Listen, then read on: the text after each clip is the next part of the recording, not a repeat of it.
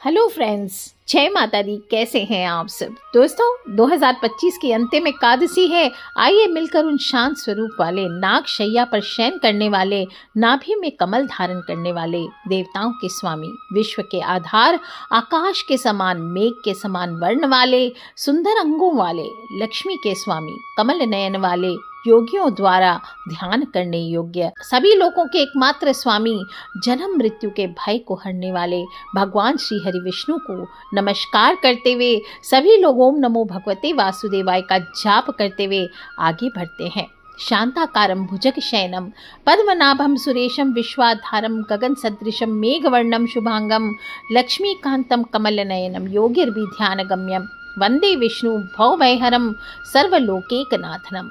दोस्तों, जब भी एकादशी व्रत आने वाला होता है तो सभी वैष्णवों का मन हर्षित हो जाता है। ऐसा लगता है मानो स्वयं प्रभु के साथ एक मुलाकात होने वाली है और तैयारियां एक दिन पहले ही शुरू हो जाती है।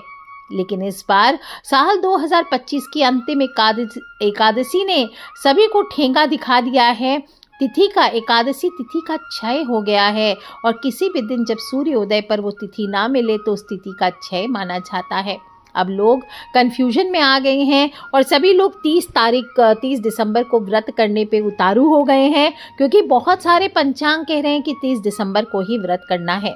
दोस्तों समझें, पौष माह का पालन करें। मांस, मदिरा, प्याज, लहसुन, मसूर की दाल आदि निषेध वस्तुओं का सेवन नहीं करना है।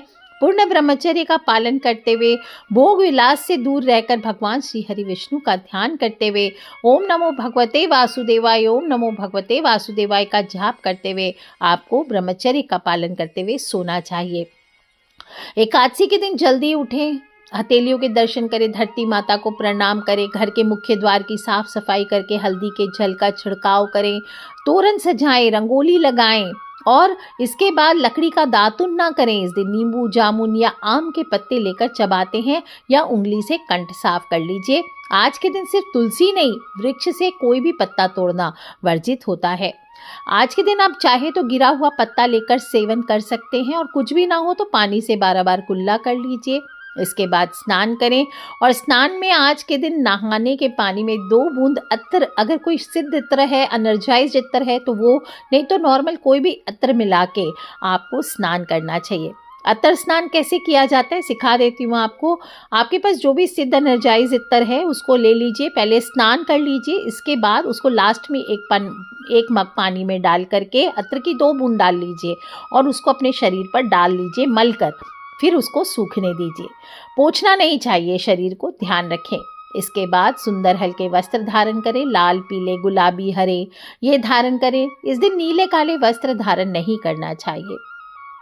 इसके बाद 1 लोटा जल सूरज भगवान को अर्पित कीजिए। ओम सूर्याय नमः, ओम आदित्याय नमः, ओम भास्कराय नमः बोल के आप चाहें तो अत्र की 2 बूंद इस दिन सूर्य देव को भी अर्पित कर सकते हैं। और इसके बाद दक्षिण मुखी हो करके फिर उसी लोटे में जल भर लीजिए और अपने पितृ के निमित्त ओम सर्वेभ्यो पितृभ्यो नमो नमः, ओम सर्वेभ्यो पितृभ्यो नमो नमः ऐसा बोलते हुए आपको अपने पितृ को जल देना चाहिए।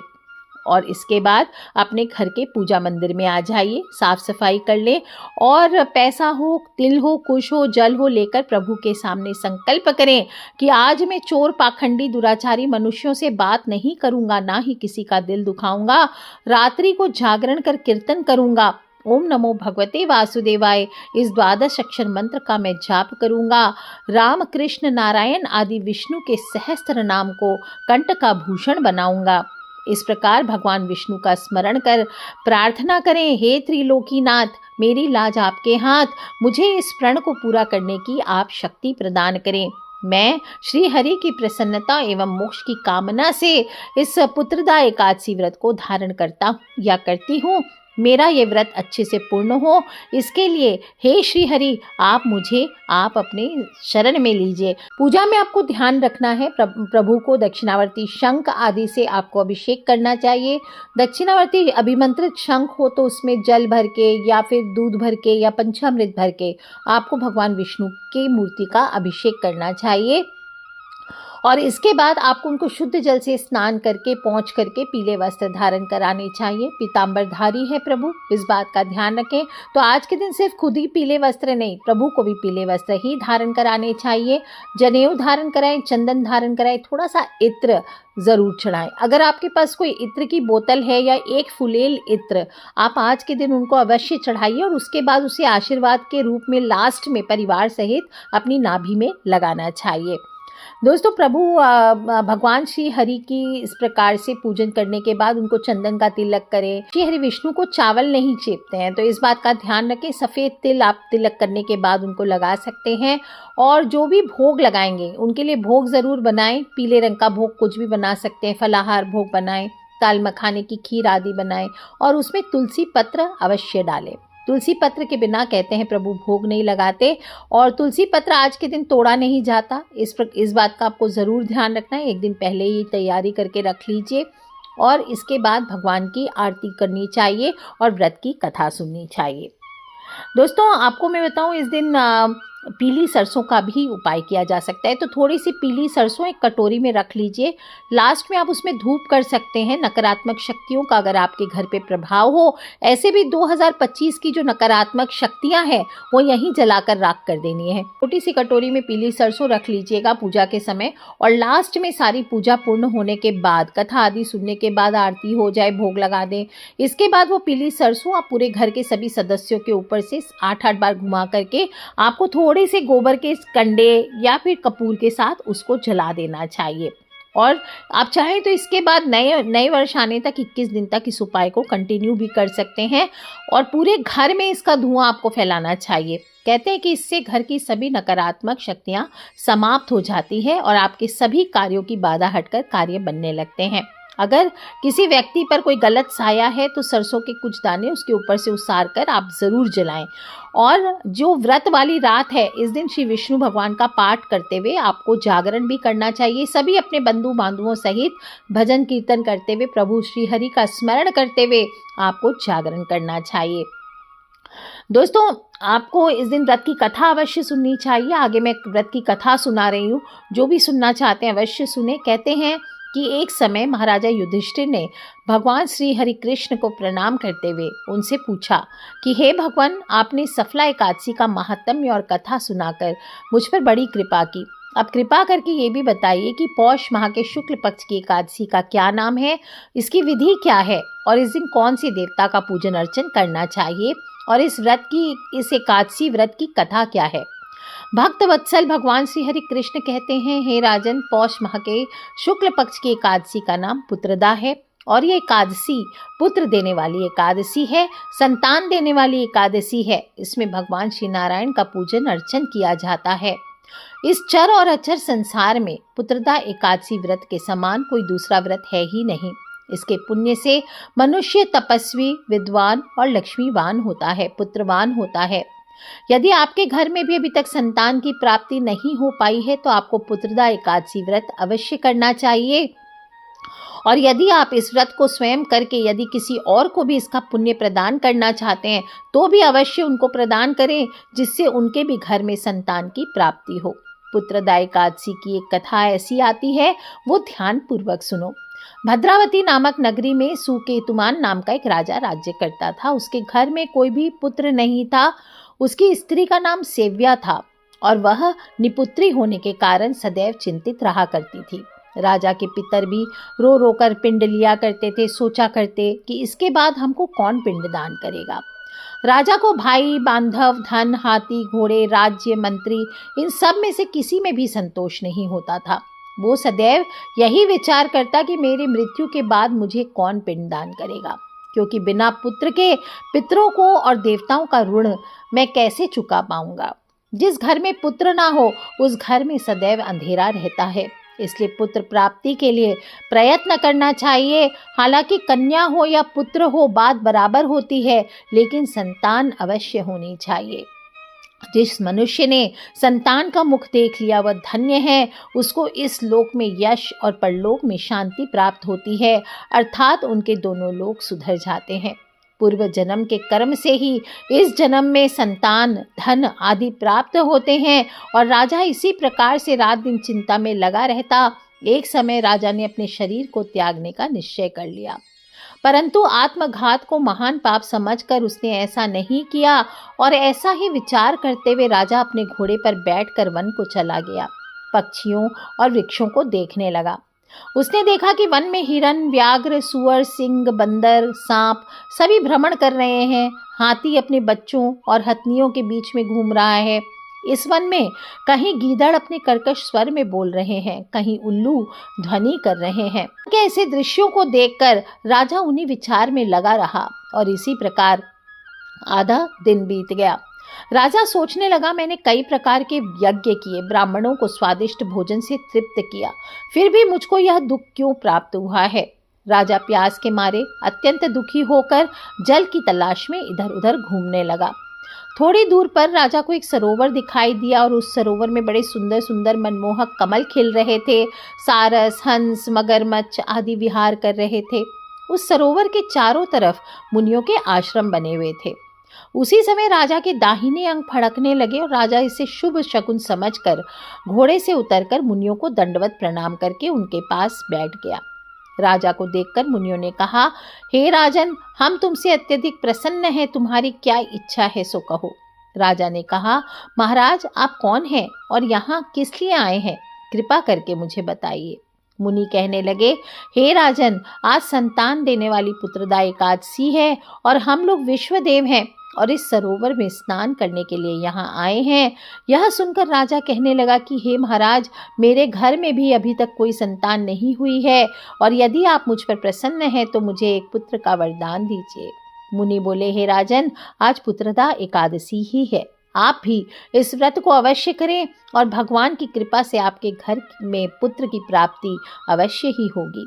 मुनि के ऐसे वचनों को सुनकर राजा ने उस दिन पुत्रदा एकादशी का व्रत किया और द्वादशी को व्रत का पारण किया। इसके पश्चात मुनियों को प्रणाम करके अपने महल को प्रस्थान कर गया। कुछ समय व्यतीत होने पर रानी गर्भवती हुई और रानी ने गर्भ को धारण कर ठीक 9 महीने व्यतीत हो जाने के बाद राजा को पुत्र की प्राप्ति हुई। वह राजकुमार अत्यंत ही शूरवीर, यशस्वी और प्रजापालक हुआ।